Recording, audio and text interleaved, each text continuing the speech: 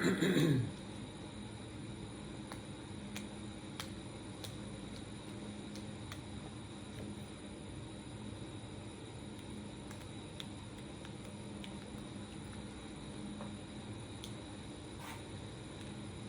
this is essay 2 for my physiology class.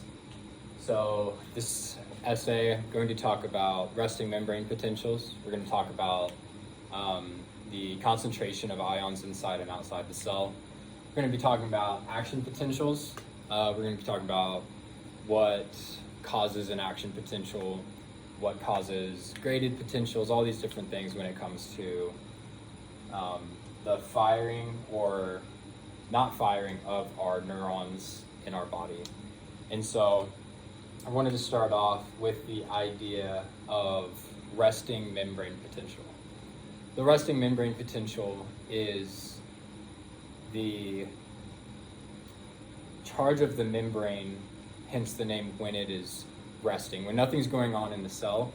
And we always use millivolts. So that's going to be the unit of electricity that we're going to use. But basically, we're going to have potassium and sodium that are going to be the main things within our cell that contribute to our resting membrane potential. And the millivolts are the amount that neurons anyways, which is what I'm going to be talking about today, their resting membrane potential lies at just about 70 millivolts. And so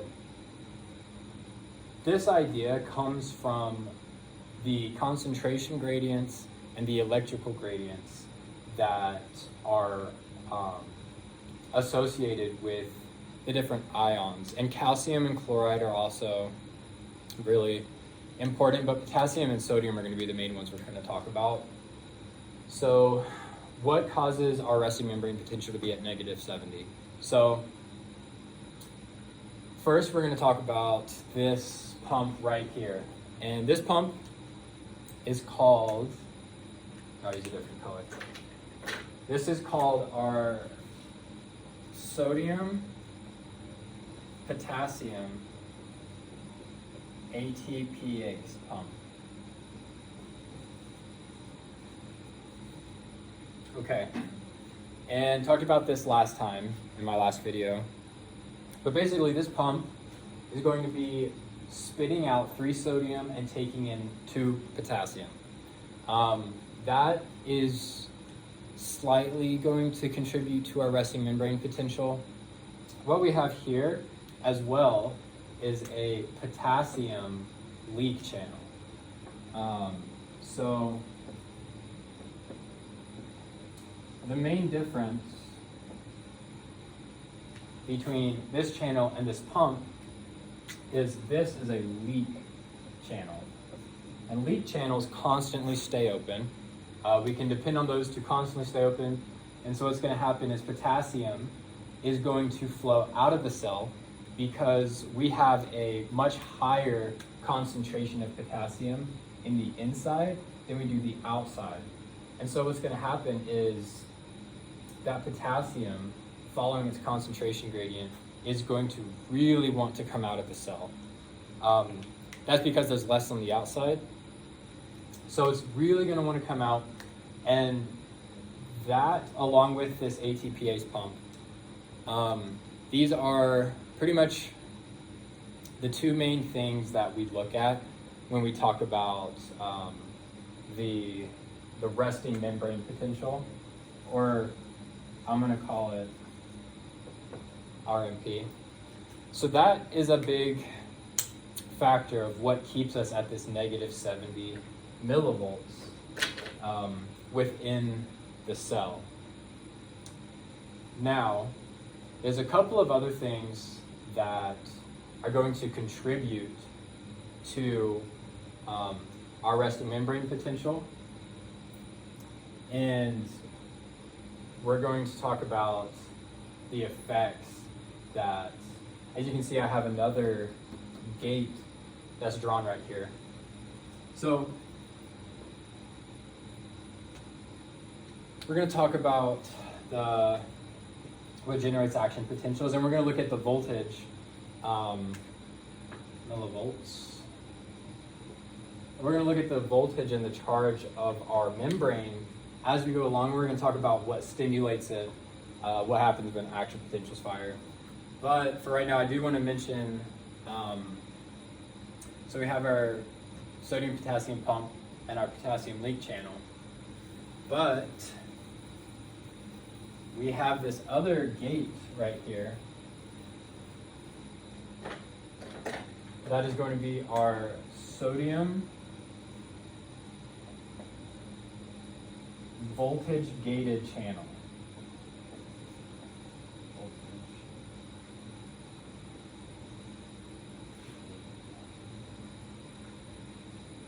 Okay. Hence the name. A gated channel. We talked about this in the last video, but just a refresher, a voltage gated channel is a channel that reacts to the voltage of the membrane that it's located upon. So what's going to happen, as of right now, we have a really low amount of sodium on the outside. And right here, we have this channel. And according to the voltage of our membrane, when this reaches a certain voltage, this gate is going to open, and this is going to let a ton of sodium rush into the cell. And we're going to talk about that more when we talk about action potentials. But right now I just wanted that to kind of, have the idea out there. So we have these channels, these leak channels. We have pumps, and then we have the gated channels. But the idea that I want to talk about before we move on to action potentials is driving force. The driving force of an ion comes down to where it wants to go. How much force is pushing this ion where it wants to go. So yeah, I'm gonna erase something and then I'll draw it up and I'll be right back. Okay, so this equation right here is what we're going to be calling the Nernst equation. It looks really intimidating, but it's really not. It's going to tell us the voltage of the membrane that we're looking at, and it's calculated by this constant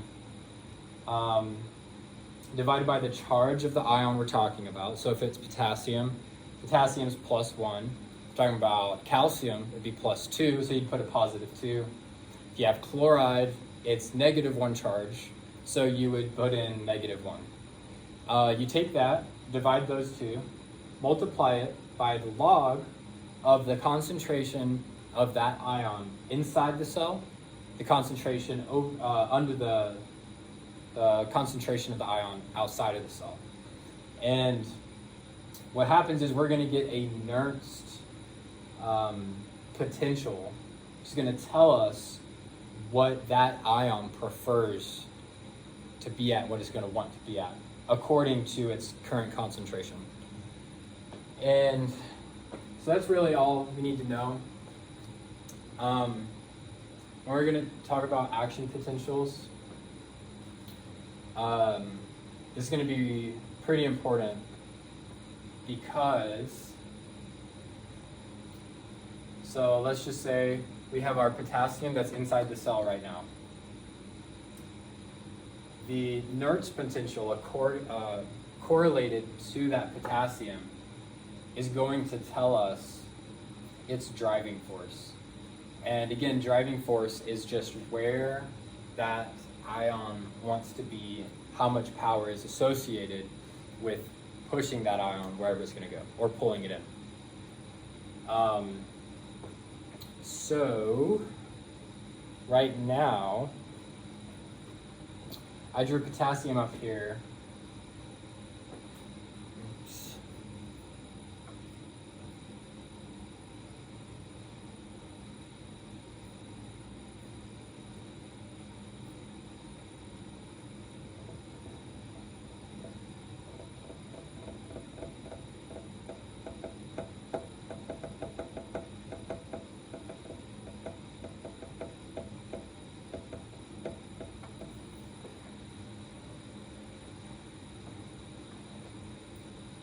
So, I drew potassium up here because we need to know what it is about this ion and its concentration that gives us this resting membrane potential. The gradients and all that makes sense, but really what's happening to get our resting membrane of -70 within a neuron is as this potassium comes out of the cell, it's going to have a separation of charge. So really when we're talking about potassium or like a concentration of ions inside a cell, it's always associated with a chloride because it's always neutral. The inside of the cell is always neutral,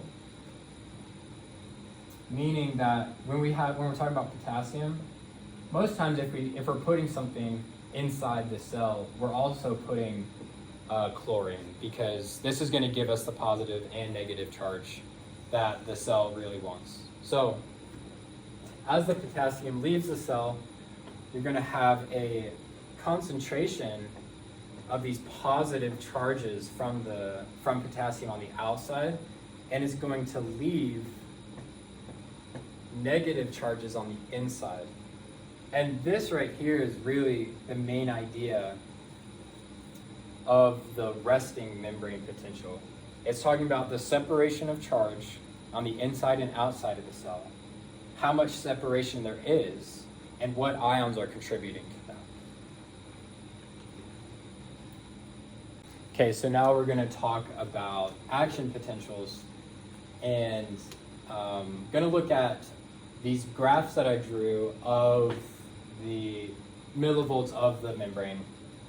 We're going to look about how different stimuluses draw it closer away from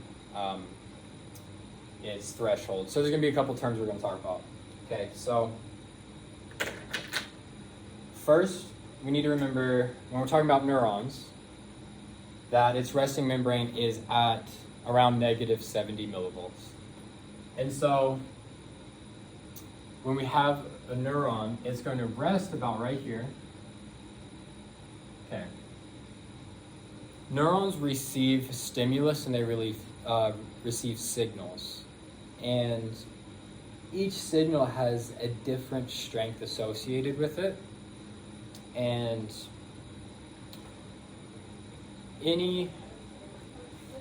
no, you're good. Sorry. No, you're good. So any stimulus that we have is either going to bring us closer or away from our threshold. And we're going to say the threshold is here at -55 millivolts. So just draw right there. Okay, so there's two terms. There's graded potential and then there's action potential. A graded potential is a stimulus that, when I think graded, I think of steps, like you're going up a grade of steps. And so the stimulus, graded potentials, are going to look like steps. They're going to be these stimulus that either take us further or closer to our threshold. And these graded potentials are happening currently or constantly. And depending on their strength, we're going to see it bring us closer or further away from our threshold. And so this right here is what we're going to call graded potential. Next, what happens when we actually hit our threshold? So if our threshold's here, negative 55, and we have these graded potentials that come along here, if those graded potentials get close enough to this threshold at negative 55 millivolts, what's going to happen is something called action potential. And that action potential is going to spike, it's going to fall, it's going to drop, and it's going to come back up to resting and come back ready for the next signal to happen. So I want to talk about the different phases of this action potential. If we have graded potentials, what is it that once it hits its threshold, what makes it jump up so far? What makes it drop? And there's a couple of terms associated with that. So I'm going to erase everything and I'm going to draw another graph up.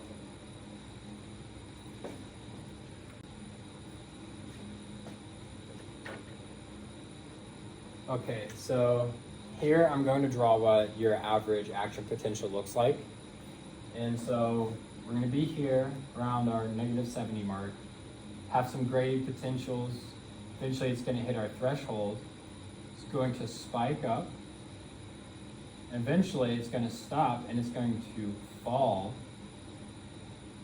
And instead of going right back to our threshold, it's going to dip down a little bit. And then it'll come back up to our threshold where it will go through more changes. Okay, so first, we're going to talk about the terms. If resting membrane potential is what we're going to call polarized, when we have graded potentials and then an action potential, we're going to call this a depolarization because it is getting further away from its normal polarized state. So I'll label this 1 right here. And so that's going to be called depolarization. Okay. So if this is depolarization, and remember these are graded potentials, this falling phase right here, which we'll call 2, this is going to be repolarization because it's getting back down to our polarized state. So we'll call that repolarization. Okay. Now, once we drop below our membrane, our resting membrane potential, and we come back up, we're going to call this phase hyperpolarization.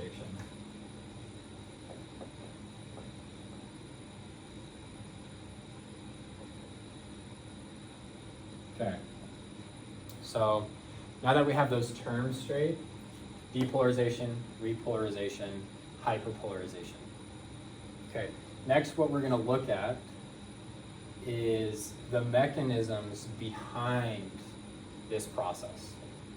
So I'll leave these terms here, but I'm going to erase the numbers right here. Okay, so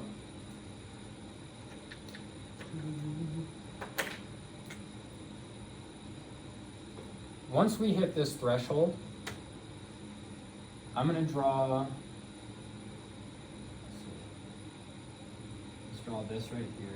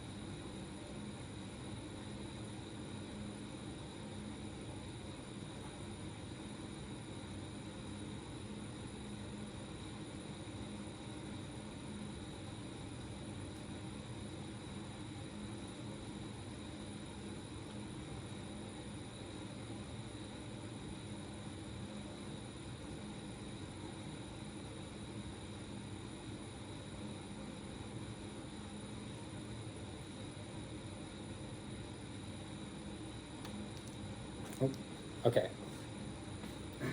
Okay, so I've drawn two channels here, or two gates, okay? The green one is going to be our potassium voltage gated, and our blue one is going to be our sodium voltage gated channel. Okay. When we have graded potentials that reach our threshold, what happens is these sodium voltage gated channels that we mentioned earlier, these are going to fly open once they hit this threshold right here. When that happens, we're going to have a surge of sodium coming into the cell. And with that, it's bringing its positive charge. And so the reason we're seeing this jump is because this sodium channel opens 100% and lets an influx of sodium. And that positive charge is going to bring us to a more positive membrane potential. And the process of this, it has a ball and chain attached to the gate. And once we get up to a high enough number, this pump is only opened a small amount of time. So once it gets up, it's going to shut immediately. So once it's up here, this ball and chain is going to come up and it's going to inactivate our sodium channel. And that's why we see this drop, is because now we don't have the sodium coming in. The gate is still open, but that ball and chain inactivated that pump. And when we come back down here to our threshold, that ball and chain is going to come out of the pump and it's going to shut and it's going to reset. So once it hits threshold, it opens and it closes really fast after it opens, because that force, the driving force of sodium, is going to come in really fast. Once it hits, that is going to be inactivated, okay? So the gate doesn't close, it just inactivates. It inactivates. Once we're back down to threshold, ball and chain comes out, the gate's fully closed. But there's a second element to this, and that is this potassium channel right here, this gated channel. When we hit threshold, that pump is going to open as well. But the difference between our sodium voltage gated and our potassium voltage gated channel is that the potassium channel is going to creep open. It's going to slowly open. And because of that, some potassium's coming out, but it's negligible and it's not enough to stop this surge from all that sodium. But what happens is, once it gets up and that sodium channel inactivates, our potassium channel is now going to be fully open. And that is going to cause a lot of it's going to cause a lot of potassium to leave the cell. And as that potassium leaves the cell, we're going to see this drop. And that is our repolarization. It's as we get closer back down to our resting membrane. But what happens is, now that this is fully open and it's dropping, once we get back down to threshold in our resting membrane, it is going to fully shut. That potassium gated channel, or potassium voltage gated channel, is going to fully shut, and it's going to overshoot just a little bit. And because it overshoots and the channel is closed, eventually it's going to come right back up to our resting membrane potential. And that's what we call hyperpolarization. So, quick summary: graded potentials happen, bring us to action potential.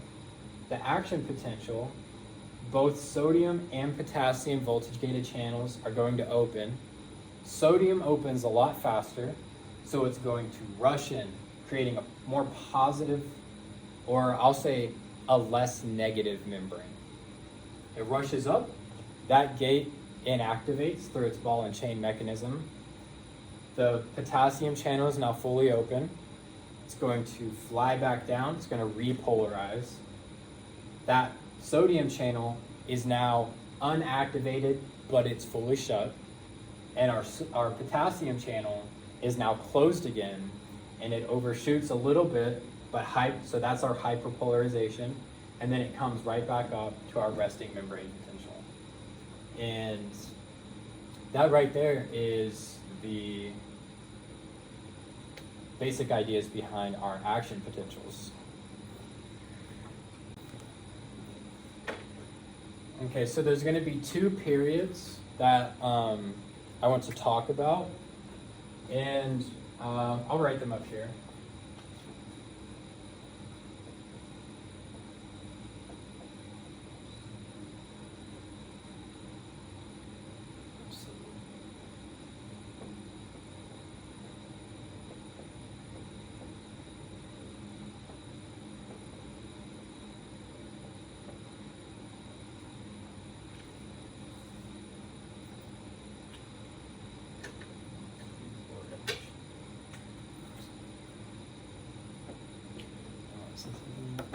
Relative.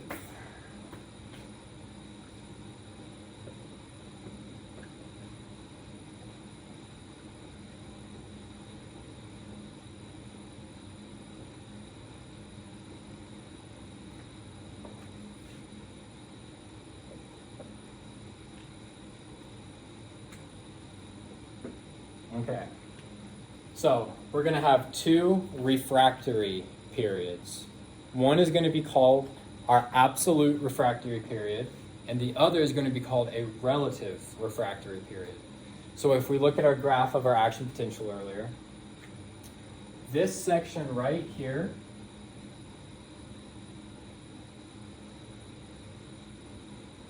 between its action potential or its threshold and the peak, this is what we're going to call the absolute refractory period. We're going to call it absolute because it is absolutely unable to have another action potential go off during this phase. That's mostly because of our inactivated sodium channel.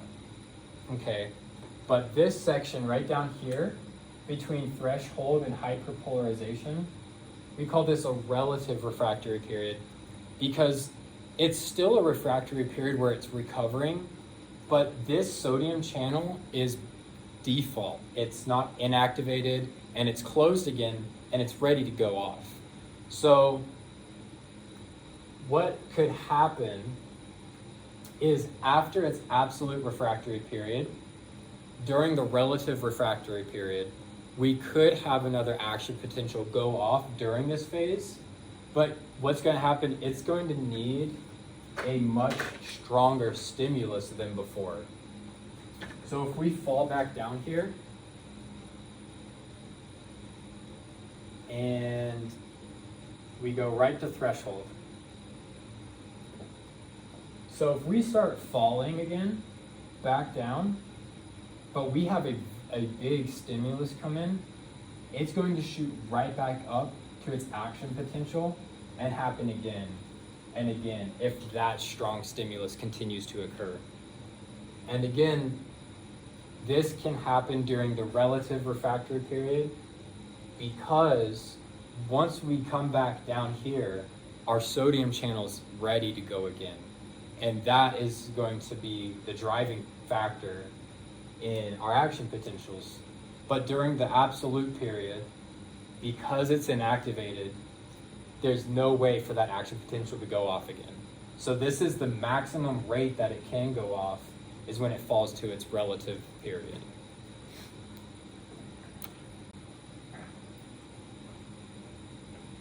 Okay, so this last little bit is going to be how an action potential travels down our neurons.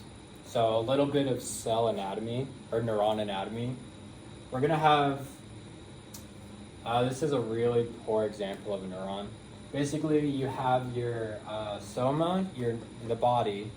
You're gonna have these dendrites on the outside. You're going to have an axon, and the axon is where the action potential is driven down. It's how it's propagated. And then, so along our axon, along the highway, we have something called myelin. I drew these blue bands. Myelin speeds up an action potential. We're going to talk about how it does that.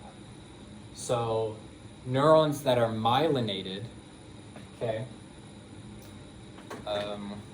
those neurons, let's see, myelin. Neurons with myelin are going to be able to propagate their action potentials way faster. And so, two concepts really quick that we need to talk about. Conductance. Conductance is just the measure that it measures movements of ions across our cell membrane via channels. So conductance, we're just talking about the movement of ions in and out of our cell membrane. Capacitance. Capacitance is just the number of separated charges. So before, in the beginning, we talked about that separation of charges. As that potassium left the membrane, it left behind its negative and took out the positive, and that builds up. That builds up along the membrane. And that's what this is right here. This is the membrane of that axon. And here we have separation of negative and positive charges. Okay, so capacitance is just the number of separated charges over volts. And it's telling us how much push and how much pull there is, because charges that are like positive, positive, negative, negative, those experience repulsion, which is the push. But opposite forces attract, so positive and negative is going to pull, okay? So that's all capacitance is how much separated charge do we have? And so when we're looking at our axon and how that action potential is going to travel down, we're going to look at these factors of the separated charges and myelin, okay? So, say we have an action potential. It meets its threshold, and from the threshold, sodium gates open. And right here on our axon, it's called the axon hillock. It has a ton of sodium channels. So this neuron is going to receive a signal. The stimulus is going to be strong enough to create an action potential. That action potential is going to open up sodium gates here, and it's going to pour those charges down the axon, okay? Myelin would have a less amount of separated charges. So, because it takes up space, I drew 3 positive, 3 negative on these. In the myelin, because it bulges out from the cell membrane and it's thick, say we're only going to have 1 positive and 1 negative here. So myelin creates distance between separated charges. And not only just distance, it lowers the amount of separated charges that the axon itself would have. And so in between each piece of myelin, we're going to look at a section of the membrane that has a ton of sodium channels. These sodium channels, as this action potential travels down, it's going to go this way. What's going to happen is it's going to speed up during its myelinated phase, because capacitance is going to be that number of separated charges. And when we're looking at how far and how fast this is going down, we're going to be talking about something called the length constant. That's an L, by the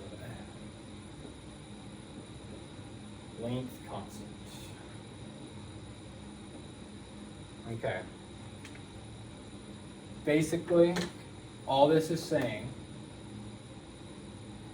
if we think about a drain that's letting water through it, if we have things that are blocking that drain, water is going to flow slower.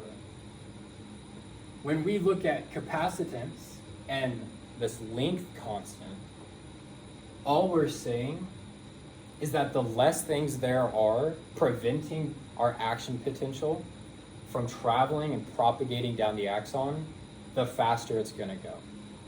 That's the main idea. And so myelin creates an environment where the water, this action potential, is going to flow faster, okay? And in reality, myelin's a lot thicker. And this section between our myelin is going to have these sodium channels that pump in more ions. So what happens is we have this drain. The less polar molecules there are, and the less amount of charges there are, the faster it's going to go. The less it's clogged, the faster that action potential is going to travel.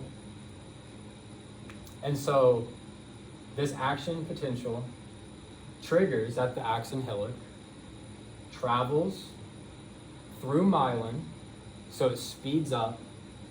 Once it gets out of the myelinated section, more sodium is going to be pushing in and is going to drive it further. So it's going to enter, speed up, receive a stronger push, go into another section of myelin, speed up, and it's just going to be this thing where it speeds up in the myelin, more sodium comes in, keeps pushing it.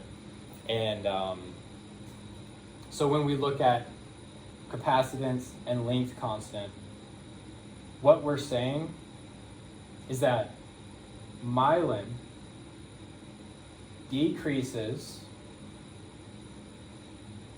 the number of charge, which makes it faster for our action potential to travel down. So the less amount of separated charges, the more distance between them, the faster it's going to go down.